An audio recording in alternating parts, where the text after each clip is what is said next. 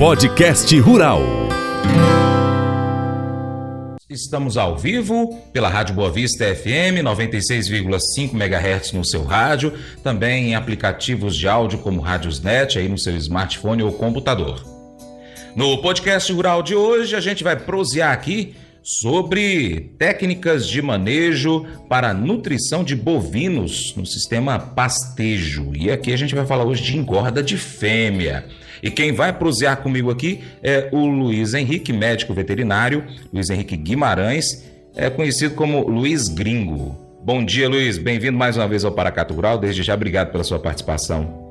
Bom dia, França. Bom dia a todos os ouvintes. Tomara que os nossos ouvintes estejam bem ávidos hoje, para aprender, para a gente trocar ideia. E a gente estava lembrando aqui que a penúltima vez que eu vim aqui foi na ocasião do aniversário do ano passado, né? Que legal, coincidência boa, né? Verdade. Parabenizar vocês pelo programa. Para mim é o melhor programa do Brasil voltado para o agronegócio. Parabéns pelo programa, viu? Obrigado, Luiz. É um prazer estar aqui todas as manhãs trazendo informações para os nossos ouvintes, viu? Bom, a gente vai falar então sobre nutrição de bovinos no sistema pastejo mais especificamente na engorda de fêmeas. Por que eu vou te fazer uma pergunta aqui de leigo mesmo. Por que atualmente muitos produtores rurais trabalham com a engorda de fêmeas, no caso a engorda de uma vaca, para que seja direcionado ao frigorífico para abate e então ser entregue nos açougues? Por que isso acontece no Brasil e não, no caso, o boi? Quando isso acontece, como que é, Luiz? Sim, essa pergunta é bem pertinente, França. É o seguinte, dentro da cadeia da carne nós temos vários segmentos, né? Nós temos esse trabalho de fazendas maiores que fazem confinamento, né? Uma escala maior, direcionado para um frigorífico maior, e nós temos essa parte do pequeno produtor que vai atender o mercado local. Uhum. Esse mercado local, ele precisa ser desenvolvido, a gente precisa ofertar produtos de qualidade para que esse produto tenha tem um uso maior, né? Tem um consumo maior e que isso gere renda aqui dentro do nosso município. Antigamente, a gente tinha a cultura de que para abate aqui no mercado local somente seriam animais de descarte que não trariam uma qualidade, né, para a mesa do nosso cliente, né, da dona de casa que vai fazer o seu almoço lá, o seu jantar. E à medida que essas coisas vão mudando, vão modificando, a gente tem que observar isso, tem que prestar atenção nesse mercado para a gente poder oferecer um produto para um cliente que hoje está sendo bem mais exigente do que antigamente. Entendi. Então, no caso, uma vaca para abate é de uma determinada raça ou de algumas raças, diferente daquela vaca que é destinada para a produção de leite. Isso. Basicamente, são dois tipos de animais. São animais criados voltados somente para corte e animais de leite que são descartados, que vão se transformar em carne também. Uhum. Só que, mesmo dentro desses animais de descarte, hoje nós procuramos engordar esses animais, deixar esses animais com um acabamento melhor, para que esse produto chegue ao consumidor com a qualidade superior. Entendi. Para que essa qualidade chegue, então, vamos fazer o seguinte. Quais são as principais raças que o produtor rural pode ter, então, na sua propriedade com essa finalidade de abate, e quando é que essa vaca está pronta para o abate numa relação custo-benefício e também qualidade de produto mais ideal? Isso, só para deixar claro, nós estamos falando de duas modalidades um pouco diferentes. Nós temos uma engorda de fêmeas que são exclusivamente para abate, né? São animais aí que a gente pega no desmame, né? Quando ela vai sair do peito da mãe, a gente vai tratar delas por um período e abatê-las. E tem um mercado também que é de animais voltados para leite, que são abatidos no momento que eles seriam descartados, ou que tem alguma doença grave, por exemplo, uma doença relacionada com mastite, alguma coisa assim. A gente cura esses animais, a gente trata desses animais e depois destina eles para abate. Ou então um animal que já tem uma idade um pouco mais avançada, ou que não conseguiu emprenhar, né? Animais que já não servem para o leite e a gente engorda eles para abate, né? Sim. No caso, vamos pegar os dois pontos. No caso dessa vaca, normalmente, por exemplo, uma vaca que já não está produzindo bem, ela está com qual idade? Produzindo leite. Ela não tá ela já está mais ou menos em qual idade e nesse ponto ela vai para o abate. E depois você me fala também qual seria a idade daquela que já desde quando aconteceu o desmame, ela vai ser então destinada para o abate. Isso, a vaca de leite, ela em torno de 6, 7, 8 crias aí pra frente, posso estar falando bobeira, o leite hoje não é a minha área principal de atuação, mas a gente supõe que o animal aí com 6, 7 crias, ele já tá num estágio onde a produtividade dele já não é tão boa, não justifica tanto investimento. O melhoramento genético hoje, ele traz bezerras e novilhas muito melhores, né, geneticamente, então a gente acaba pressionando um pouco mais essas vacas com um pouco mais de idade para a gente tirar elas o mais cedo possível e garantir um melhoramento e uma produção melhor, né? Agora, no caso das novilhas de corte direcionadas para abate, normalmente a gente trabalha, respondendo à pergunta anterior, normalmente a gente trabalha com animais anelorados, né, que são animais que são mestiços de leite com boi Nelore, por exemplo. Então, se o produtor, por exemplo, coloca um boi Nelore nas suas vacas de leite, ele vai ter machos e fêmeas anelorados. Essas fêmeas aneloradas, ou cruzamento industrial, ou até mesmo Nelore, essas fêmeas que a gente direciona para o abate. A justificativa da gente a gente utilizar principalmente animais anelorados é o preço de compra. A reposição desses animais ela é bem mais viável e isso melhora muito o lucro do produtor lá no final. Isso nos dá uma margem maior para a gente trabalhar, né? Entendi. E aí esse animal fica pronto para o abate o quê? 18 meses? Quanto tempo mais ou menos? Não, é um prazo um pouco maior, né? A gente não é confinamento, o ganho de peso é um pouco menor do que o confinamento. Tá. E dentro desse desenvolvimento desse projeto, a gente procura fazê-lo em pastejo justamente para diminuir esse custo, o valor por arroba produzida, que isso vai nos dar uma margem até mesmo no momento de crise igual hoje, a gente está num momento de baixa, né? Os preços não estão da maneira que a gente imaginava, mas ainda assim a gente consegue obter bons resultados porque o nosso custo operacional é muito barato. A gente trabalha no pasto, com o animal com reposição com valor abaixo do valor de abate, e aí a gente consegue ainda obter bons resultados, ter lucro mesmo no momento de baixa igual hoje. Entendi. E aí mais ou menos com que idade que ele já vai estar? Isso, essas fêmeas que a gente pega a gente desmama em torno de 7 meses de idade, 6 a 7 meses, em torno de 200 dias, 210 dias, a gente vai abater em torno de 1 ano e meio para frente. Então seria aí, a gente está falando aí entre...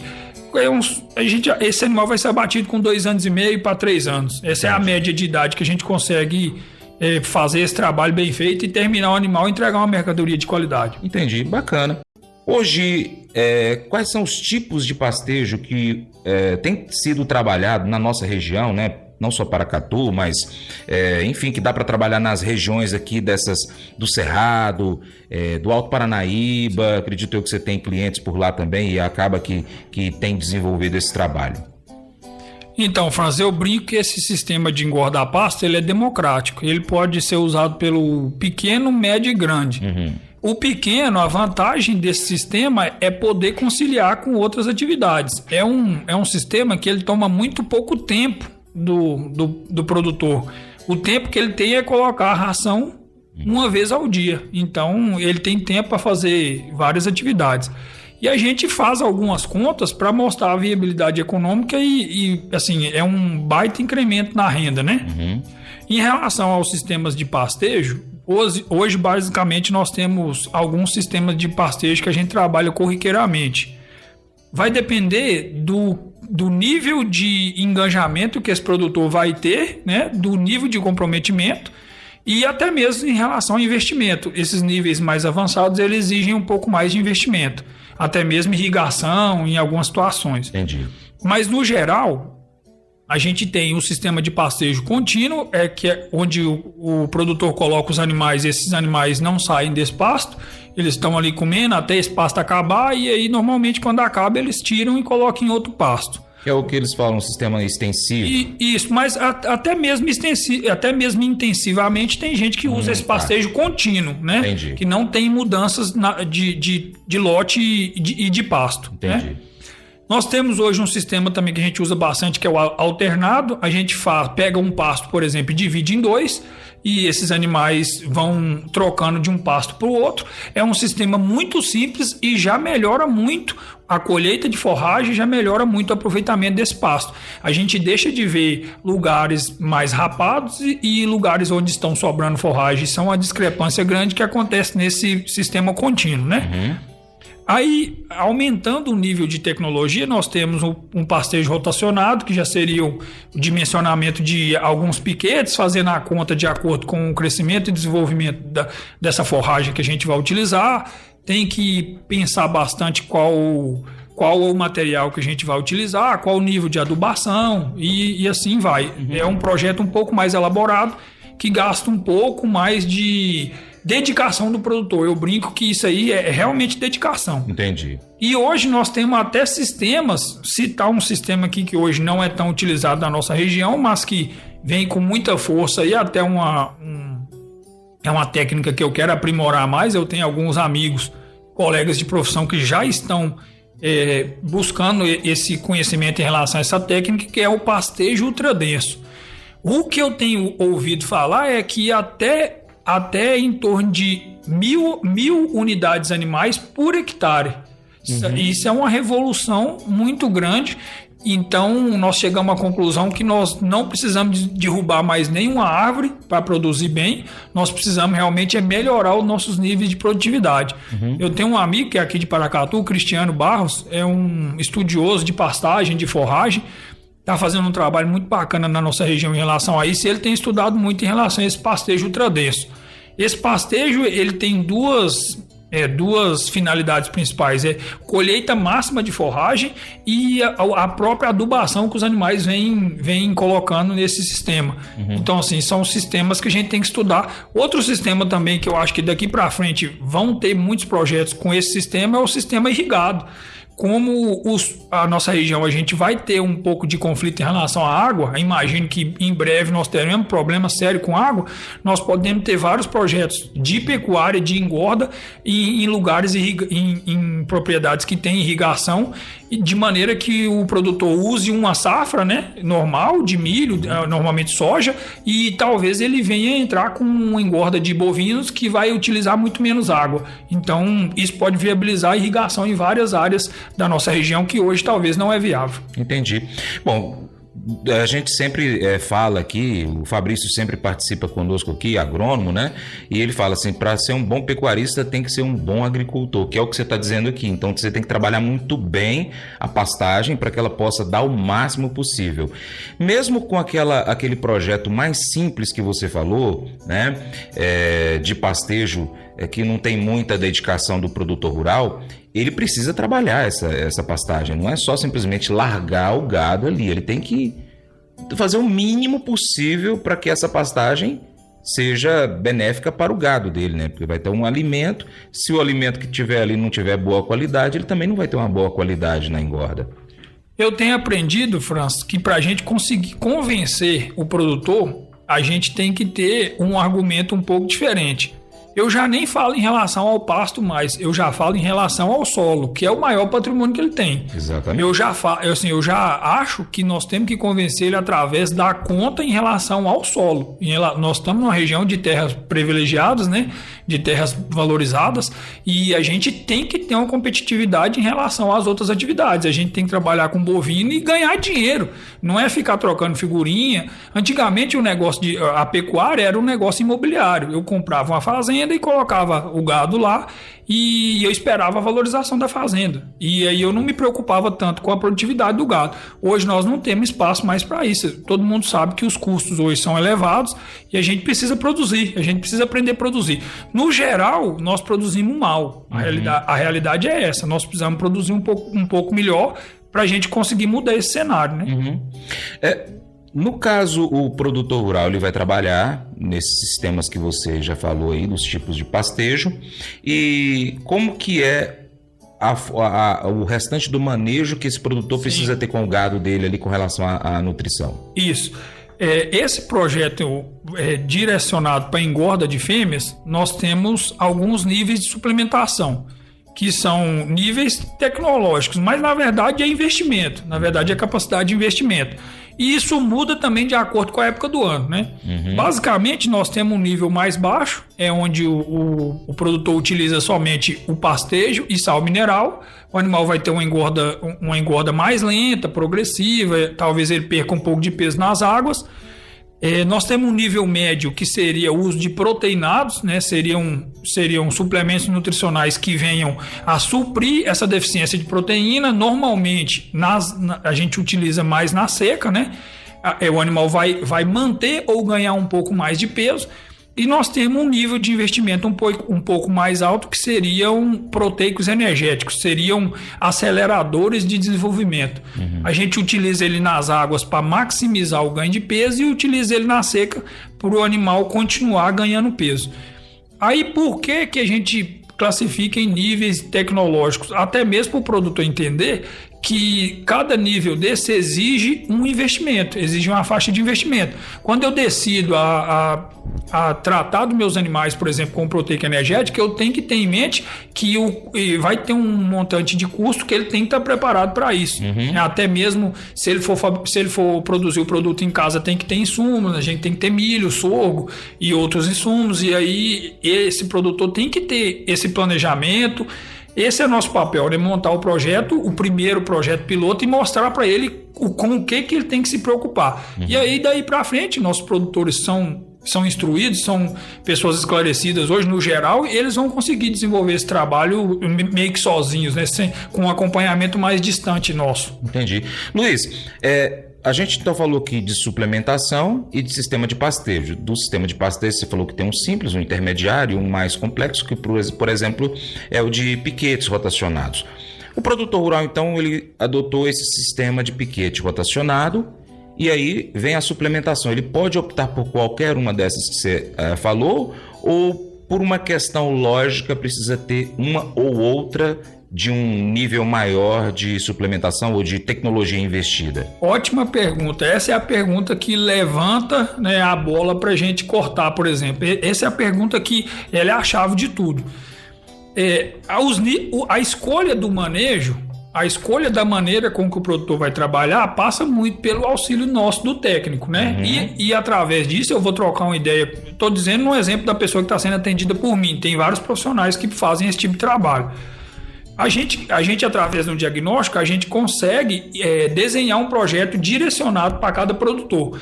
Eu acho importante a gente dar um exemplo prático, né? Por exemplo, um produtor que ele tira lá seus 200 litros de leite e ele tem uma área lá ociosa de pastagem, que é uma área, por exemplo, um pouco mais longe para as vacas de leite. A vaca de leite, a gente não recomenda que ela caminhe muito, que ela ande muito para ela poder comer esse capim e voltar para a sala de ordenha, que ela perde muito nesse trajeto. Então, se o produtor às vezes tem uma área dessa, esse produtor tem perfil para fazer um projeto de engorda. Vamos supor que esse produtor coloque lá 30 bezerras de 7 arrobas, que ele vai começar a fazer uma suplementação para elas direcionada e tal. A gente tem que olhar a cerca, a água, né? Tem que fazer um projeto bem feito. Ele vai fazer essa engorda dessas fêmeas até que ela chegue, por exemplo, a 10 arrobas e a gente entre com elas definitivamente num processo de engorda, que é um nível maior de suplementação e que ela vai chegar aí a 12, 12,5 até 13 arrobas, que é o que a gente estima abater. Hoje, no geral, já tem alguns projetos rodando dessa maneira. Nós temos tido bons resultados devido a alguns fatores. A gente conseguiu ajustar uma suplementação que tem um custo-benefício interessante. A gente consegue fazer a aquisição desses animais com um preço bem interessante hoje, esses animais anelorados ou choqueados ou de cruzamento industrial, e a gente consegue fazer comercialização desses animais com um bônus hoje no frigorífico, que é o que a gente chama de novilha china. São animais abaixo de 4 dentes, com mais de 11 arrobas, né? Normalmente é o que eles procuram, e a gente consegue ter um valor agregado interessante. Só para exemplificar, por exemplo, se o pessoal estiver abatendo fêmeas hoje, vacas normal aqui vacas no mercado interno a 190, a gente consegue abater essas novilhas a 200, 205 reais arroba. Então ela tem um bônus aí que acaba deixando esse negócio um pouco melhor ainda. E nós temos momentos também que já nos pagaram até mesmo o preço de arroba de boi, né? De acordo que estava a demanda, eles nos pagaram o preço de arroba de boi China, pagaram nas novilhas China também essa mesma faixa de preço. Então, nós temos alguns pontos aí que vão ser chave para que nós podemos desenvolver esse trabalho com sucesso. Ou seja, cada caso é um caso e o produtor rural ele precisa estar sempre abastecido de informações de mercado, o que está acontecendo, o que vai acontecer daqui 6 meses, 12 meses, 2 anos e meio, para ele poder, juntamente com o técnico que está dando o suporte para ele, fazer as contas e avaliar qual é a melhor opção, qual é a aptidão da propriedade dele, juntamente com ele e a sua equipe. Sim. É o seguinte, França, eu penso dessa maneira, que cada caso é um caso e os projetos têm que ser desenhados de maneira individual, né? Uhum. Seria personalizada, o termo mais correto. Customizado, isso, que é o mais moderno. Exatamente. Só que eu já vi que na prática o produtor ele gosta muito de modelo, ele gosta muito de copiar o modelo do vizinho, ele é um pouco inseguro em relação ao desenvolvimento desse trabalho. Entendi. Então ele gosta de copiar o modelo. Pensando nisso, hoje eu já tenho desenhado um projeto que encaixa em boa parte dos produtores e a gente vai fazer só algumas adequações. Esses números são números reais, não tem nada fictício, né? Nós temos planilhas desenvolvidas com lançamento desse tipo de dado que comprovam que esse processo é eficiente e que dá retorno. Uhum. Hoje eu tenho um produtor, por exemplo, Felipe Caldas, é um produtor ali na região do Canto. Ele tem um projeto de engorda de fêmeas, nós desenhamos o projeto e fizemos em conjunto. Ele é agrônomo, é um cara que está no meio do agronegócio também, ajuda, né, a gente trabalhar com pessoas que estão com a visão de mercado parecida com a nossa. E lá nós temos dados desses abates, da maneira com que entrou com gado, saiu, viabilidade financeira. Então, assim, esse tipo de projeto igual o dele, que foi um projeto piloto, a gente consegue fazer um desenho que eu possa levar para os outros produtores.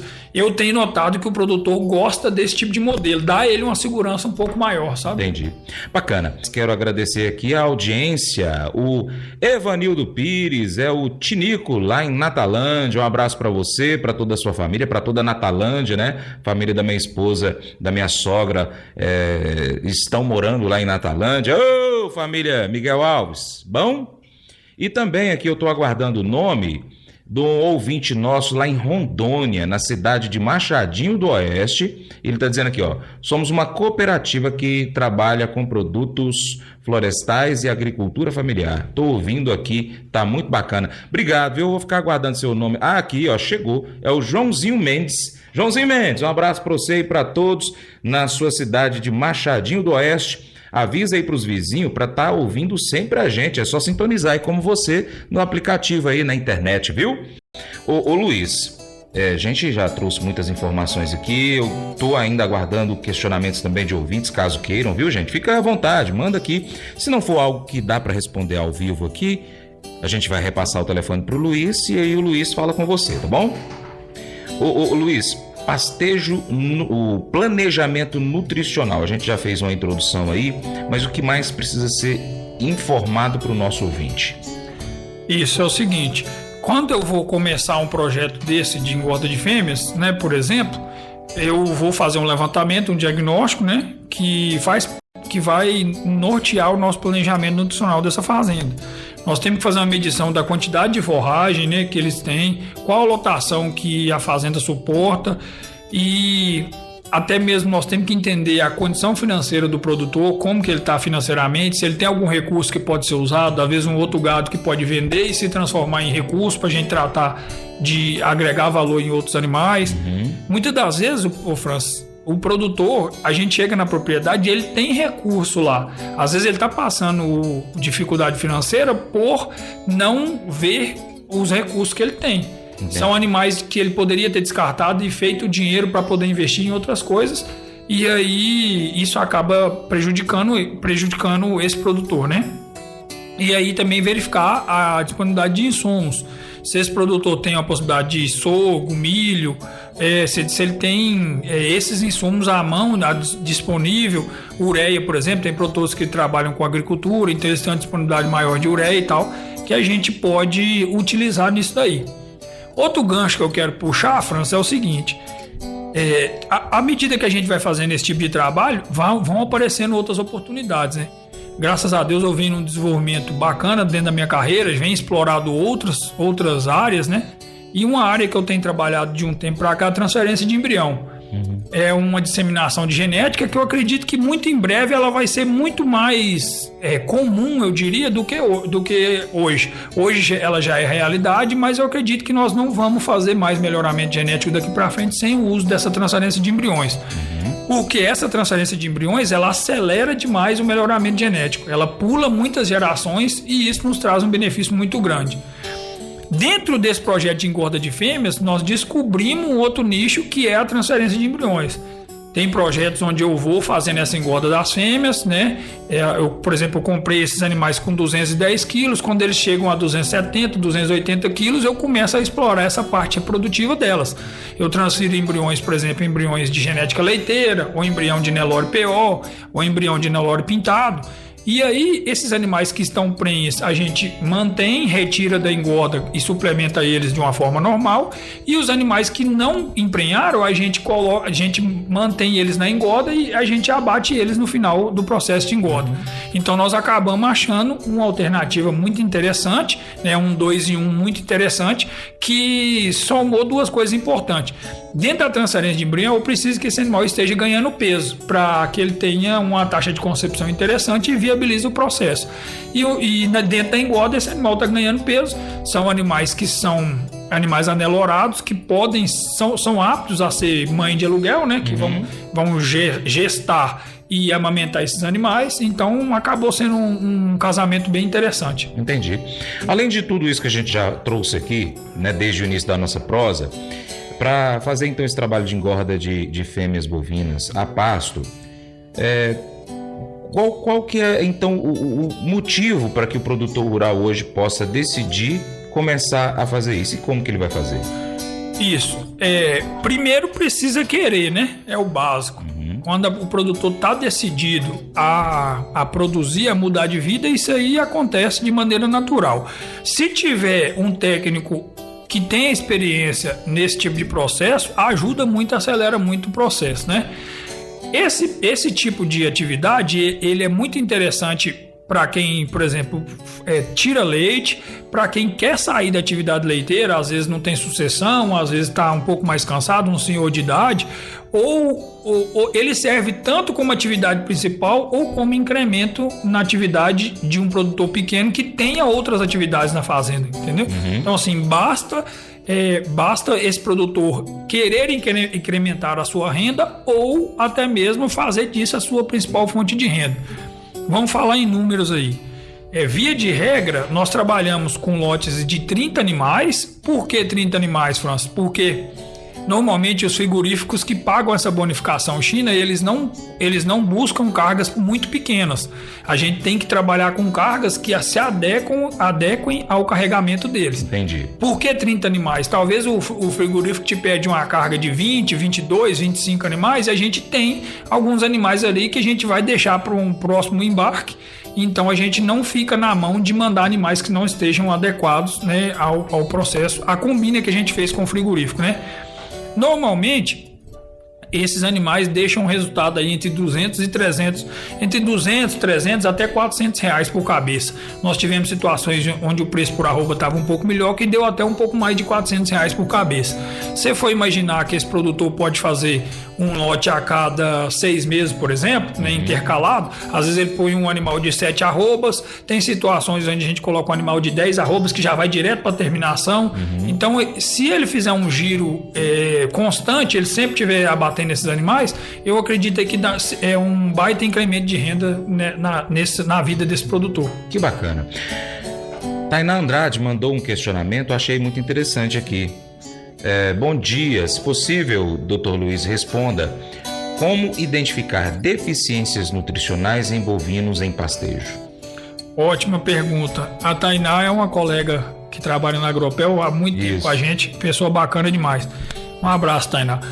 É o seguinte, a deficiência nutricional ela manifesta de várias maneiras, mas o principal, o mais visível é o ganho de peso. Você vê um animal que às vezes está numa oferta de forragem legal e ele não está ganhando peso, ele está diminuindo seu peso, muito provavelmente ele está em desbalanço nutricional, né? Ou desmineralizado, ou faltando proteína, tá faltando algum nutriente. Outros sintomas, né, que a gente avalia é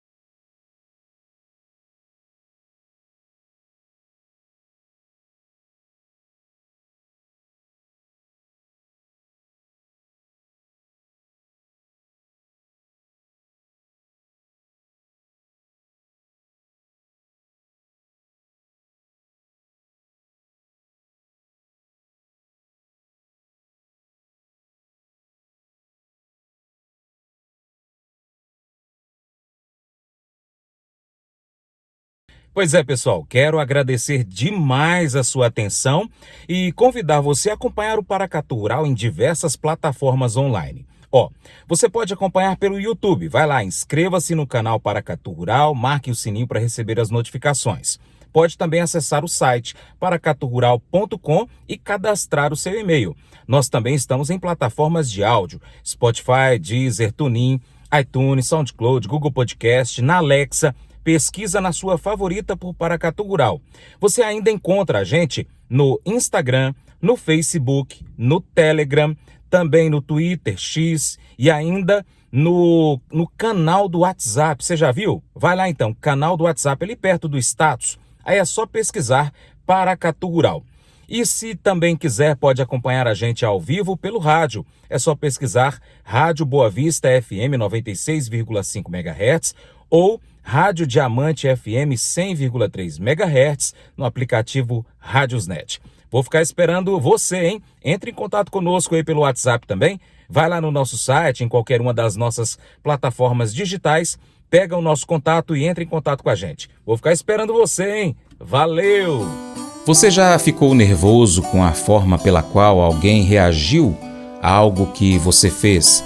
Tipo aquela onda de pânico quando você quebra algo que pertence ao seu irmão, por exemplo, ou aquela sensação de aperto no estômago quando o professor pede para poder falar com você depois da aula, ou então aquele pânico que você sente quando faz algo que os seus pais não vão aprovar.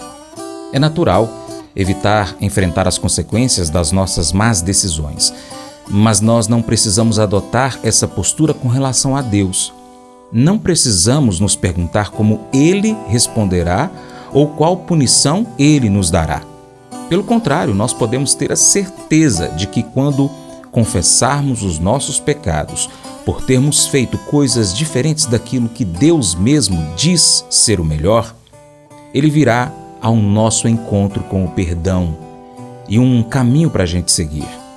Então, hoje pratique o ato de confessar. Reserve alguns minutos, converse com Deus sobre qualquer coisa que você evita falar. Você pode ter certeza de que Ele vai te receber com amor, com perdão e com bondade. Esse devocional faz parte do plano de estudos Vida Após a Morte do aplicativo Bíblia.com. Muito obrigado pela sua atenção, Deus te abençoe e até o próximo encontro. Tchau, tchau.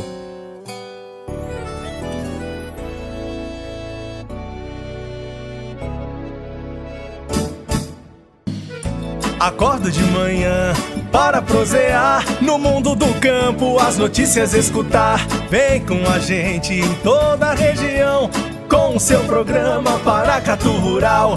Tem notícias, informação e o mais importante, sua participação. Programa Paracatu Rural. Programa Paracatu Rural.